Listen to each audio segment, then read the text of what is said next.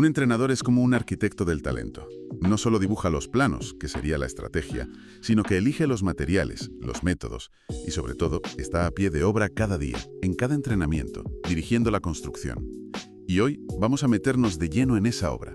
Tenemos delante un análisis muy detallado de lo que se conoce como la competencia 4 del coaching deportivo, centrado en cómo se dirige un entrenamiento o una competición. Queremos entender de verdad qué herramientas tiene un entrenador en su caja y, más importante aún, cómo las utiliza. Porque ahí está la diferencia entre un simple instructor y un verdadero maestro. Totalmente. Es que dirigir un entrenamiento no es seguir un guión y ya está. Es un acto de interacción constante, una danza. El material lo define como una dinámica continua de desafío y soporte. Y la primera gran decisión que toma el entrenador, la que define todo lo demás, es qué método va a usar. Y eso depende por completo de la naturaleza del deporte. No es lo mismo entrenar para un entorno predecible que para uno, caótico. Vale, pues abramos esa caja de herramientas. Me interesa mucho esa primera división que mencionas.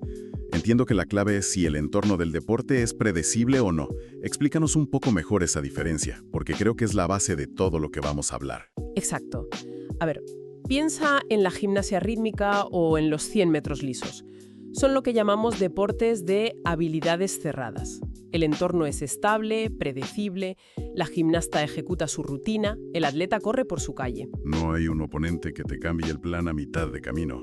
Eso es, no hay un oponente que altere directamente lo que tiene que hacer. Su ejecución es contra un ideal de perfección. Por otro lado, tienes el fútbol, el baloncesto, el rugby. Deportes de habilidades abiertas. El entorno es un caos impredecible. Cada acción es una respuesta a lo que hacen tus compañeros y, sobre todo, tus rivales. Tienes que leer, decidir y ejecutar en milésimas de segundo. Se entiende perfectamente. En un caso, buscas la perfección de un movimiento aislado. En el otro, buscas la mejor solución posible a un problema que cambia constantemente. Justo. Y para esos deportes de habilidad cerrada, el método más tradicional y, el más extendido es el método analítico. La lógica es simple. Si un gesto técnico es complejo, lo descomponemos en partes más pequeñas y fáciles de aprender. Es como aprender a escribir. Primero los palitos, luego las letras, luego las sílabas. ¿Y cómo se aplica eso en la práctica? Porque me imagino que hay varias formas de trocear un movimiento. Claro. Básicamente hay 3 enfoques. Uno es el progresivo. Aprendes la parte A del movimiento y cuando la dominas, practicas A más B. Como construir una torre. Exacto. A más B más C y así bloque a bloque. Otro es el secuencial. Aprendes A, B y C por separado como piezas de un puzzle y solo al final intentas encajarlas todas. Y un último enfoque, un poco más sofisticado, es el puro, donde enseñas las partes por separado, pero empiezas por la más crucial para el gesto completo, aunque no sea la primera cronológicamente. Puedo verle la utilidad, sobre todo para alguien que empieza de cero. Te da esa sensación de lo he conseguido muy rápido, aunque sea en una versión simplificada del gesto. Te da confianza. Esa es su gran ventaja, sin duda. Para un principiante es una forma de sentir el éxito inicial. Pero también tiene un peligro enorme. Y aquí es donde se pone interesante la cosa. A ver. El principal problema es que crea robots técnicos, atletas que pueden ejecutar un pase perfecto en un ejercicio sin oposición, pero que se paralizan en cuanto tienen un defensor delante. ¿Y por qué? ¿Por qué? Porque el método analítico aísla la técnica de su razón de ser, la toma de decisiones. Es una técnica de laboratorio. Vale, ahí está el gran problema. Tienes piezas perfectas, pero que no saben cómo encajar en la maquinaria del juego real. ¿Cómo se empieza a construir ese puente entre la técnica de laboratorio y el caos del partido? Supongo que ahí es donde entran otras ideas, ¿no? Exactamente. El siguiente paso lógico es lo que se conoce como la progresión de ejercicios. Es un modelo que intenta tender ese puente de forma gradual. Se estructura en 4 fases muy claras. La primera es la adquisición. Realizas el gesto técnico completo, pero en condiciones súper fáciles, sin presión. El objetivo es simplemente cogerle el tranquillo. Vale, una primera toma de contacto. Luego viene la fijación. Aquí el objetivo es refinar el movimiento, pulir los detalles, repetirlo para que se vuelva más automático, pero todavía en un entorno controlado. Vale. La tercera fase es la aplicación, y aquí ya empieza a oler a partido. Usas la habilidad en situaciones que simulan un poco más la realidad, con algo de oposición o toma de decisiones sencillas. Y la última fase es la competición, con ejercicios que ya replican las exigencias de un partido de verdad. Presión de tiempo, de espacio, de un rival. Es que intenta que la técnica y la táctica vayan de la mano desde el principio, aunque sea de forma muy gradual.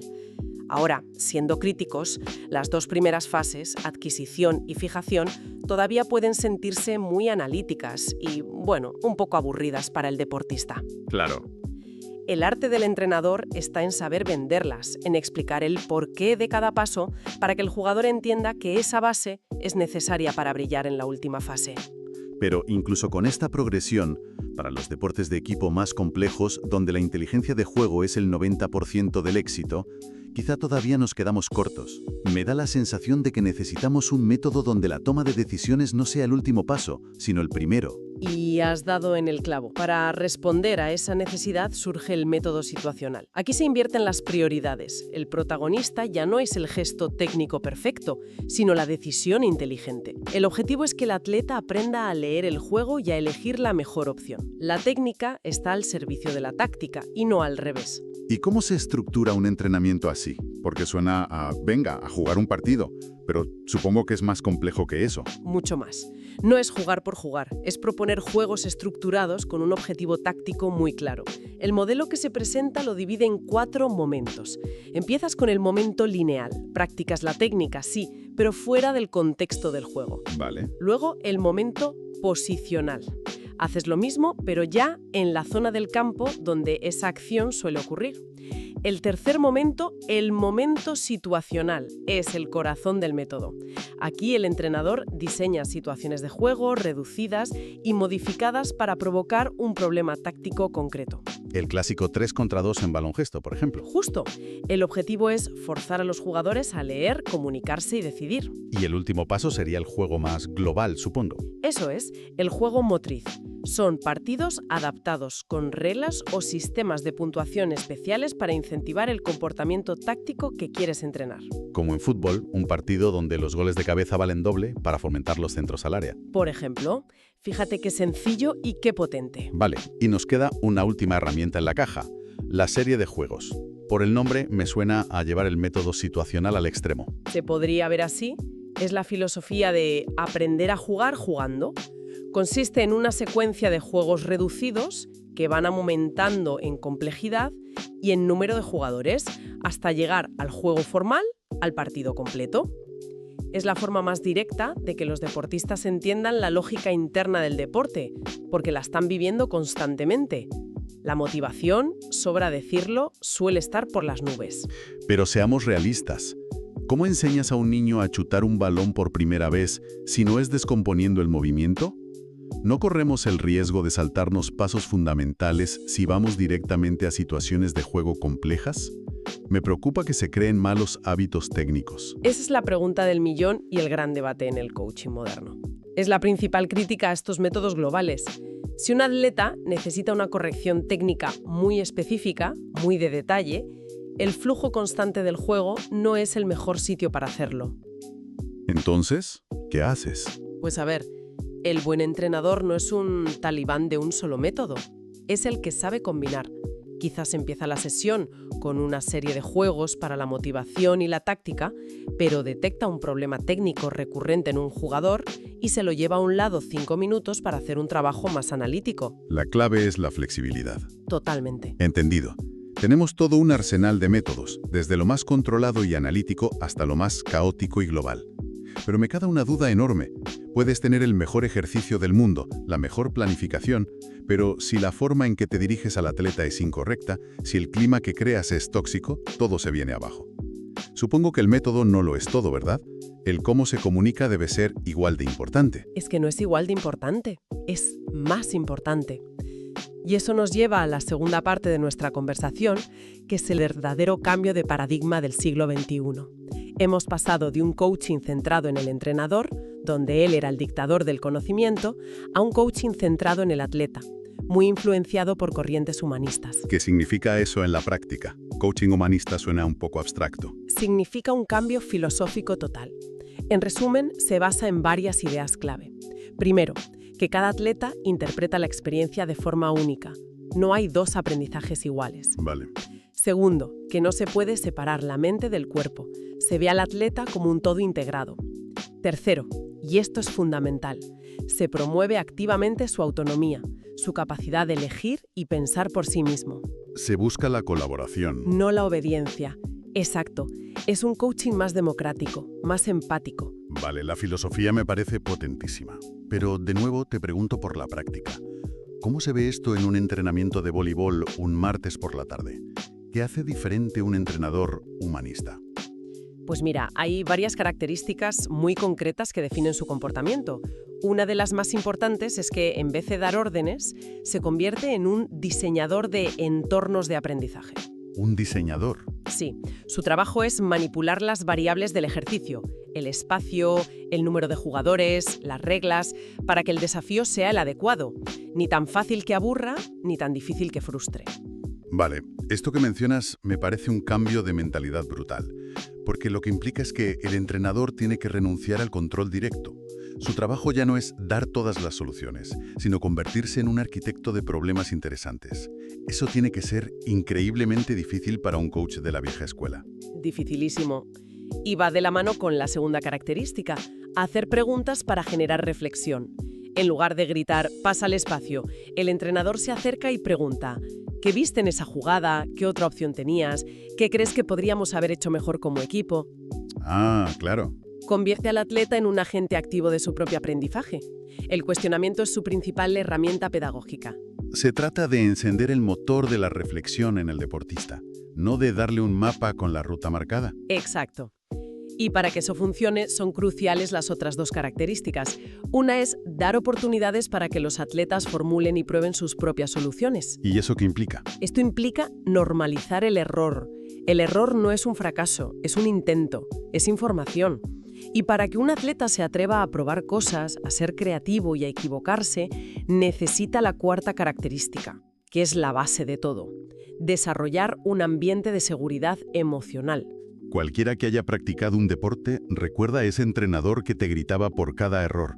El miedo a fallar te paraliza, te bloquea, hace que siempre elijas la opción más segura y conservadora. Es justo lo contrario a crear un entorno donde la gente se atreva a ser creativa y a asumir riesgos. Precisamente. Si el atleta tiene miedo a la reprimenda, nunca intentará ese pase imposible que puede cambiar un partido. Un entorno emocionalmente seguro es aquel donde el jugador sabe que puede fallar y que en lugar de un castigo recibirá una pregunta o una guía para entender por qué falló. Todo esto que describes suena a lo que ahora se empieza a llamar pedagogía positiva. Es exactamente eso. Y la idea más poderosa que se extrae de todo esto es la resignificación del error. En esta pedagogía, los errores no se ignoran ni se castigan. Se transforman en lo que se llaman experiencias de aprendizaje positivas. El error deja de ser un punto final para convertirse en el punto de partida de una conversación. Fascinante. El entrenador guía al atleta para que entienda el porqué del error y para que él mismo descubra el cómo puede solucionarlo la próxima vez. Entonces, si lo entiendo bien, hemos hecho un viaje completo. Empezamos con el control casi militar del método analítico, descomponiendo cada movimiento, y hemos llegado a la complejidad y la libertad de los métodos basados en el juego, donde lo que importa es el caos y la decisión. Sí, pero lo más importante que hemos visto es que el método, sea cual sea, es solo una herramienta en la caja. Puede ser un martillo o un bisturí láser, pero solo una herramienta. Claro.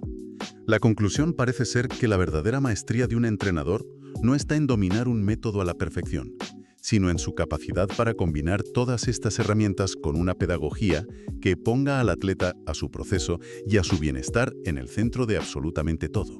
No lo podría haber dicho mejor. Un entrenador excelente no es el que tiene la mejor caja de herramientas, sino el que tiene la sabiduría para saber qué herramienta usar, en qué momento, con qué atleta y sobre todo cómo usarla. Es el arte de adaptar la intervención a la persona y al contexto, y no esperar que la persona se adapte a tu método favorito. El material que hemos analizado insiste mucho en la necesidad de que el propio entrenador reflexione constantemente sobre su práctica. Y esto nos deja con una pregunta final para darle vueltas. Si los métodos de entrenamiento son las herramientas y la pedagogía es la mano del artesano que las maneja, ¿qué valor tiene la herramienta más precisa del mundo en una mano que nunca se detiene a examinar sus propios movimientos?